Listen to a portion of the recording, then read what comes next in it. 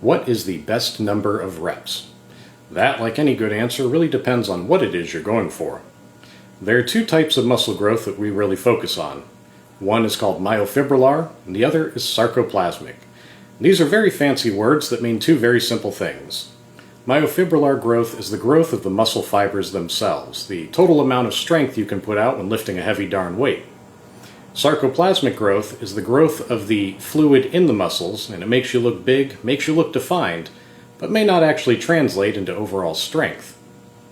If you're looking to just get very strong, but you're not prioritizing looking very big and muscular and vascular, myofibrillar is the right route for you. If you want to look like a ripped bodybuilder that's filling out every shirt in your arsenal and you probably have to buy new clothes, then you want to tilt over towards sarcoplasmic growth, getting the pump. Myofibrillar growth comes from lifting heavy weights, fairly close to your maximum, for about 6 to 8 reps per set. To make sure that you can recruit as much muscular strength as possible, you also need to take a large rest between each set, usually about 3 to 5 minutes. Honestly, when you're at the gym, it's going to feel like a long time. You're going to lift a nice weight, you're going to do a deadlift, let's say 6 times, you're going to absolutely cook yourself, and then you're just going to sit there. And you're going to wait. And you're going to wait. And whatever's playing in your headphones is probably going to switch over to the next song, and you're going to wait. And then you go and you lift it just 6 more times. And then you wait.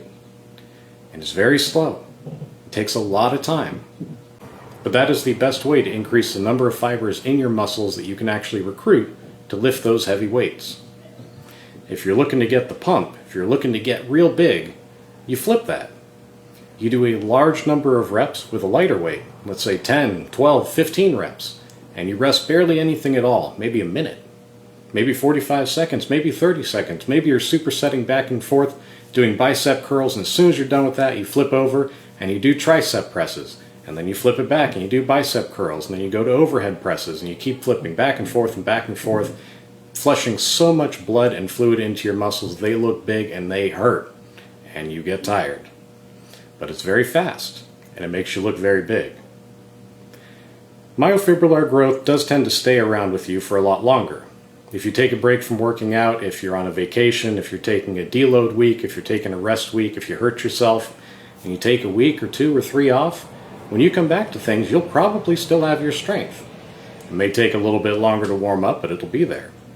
Sarcoplasmic growth, the fluid in your muscles that makes you look big and pumped up, that does tend to flee a little bit quicker.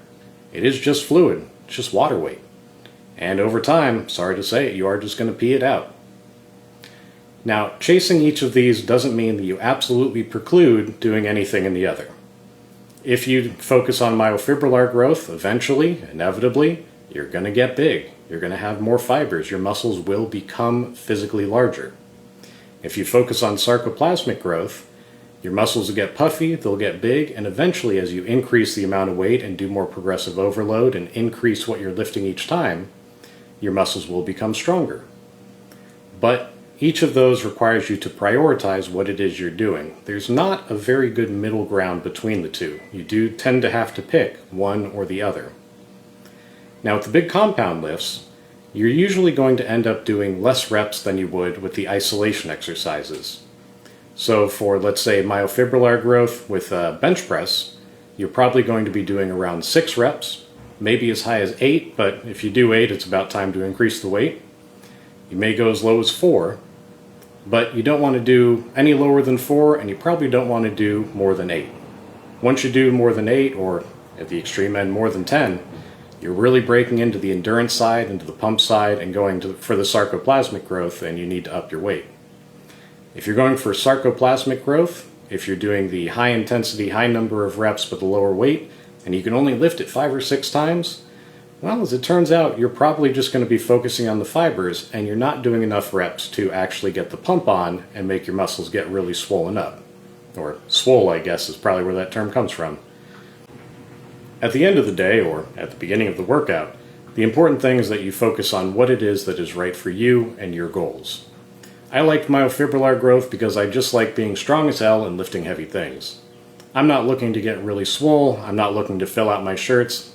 That'll happen at some point, but it's not what I want to do right now. In the future, I may want to get pumped up. But right now, I'm just very happy lifting 6 to 8 times, taking a nice long 3 to 5 minute rest, and lifting it 6 to 8 more times over and over again.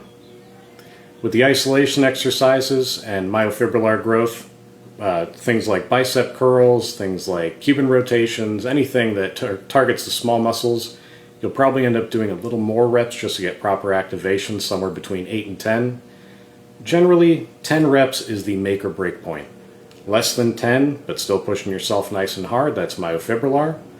10 reps or more, pushing yourself hard, that is going to be sarcoplasmic. With the compound exercises, you're going to want to focus on pushing the weight in a way where you leave a little bit in the tank.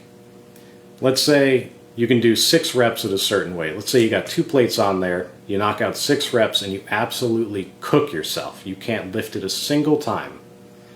Well, you take your 3 to 5 minute rest, you come back to it, and this time you're just so darn tired you can only lift it 3 reps.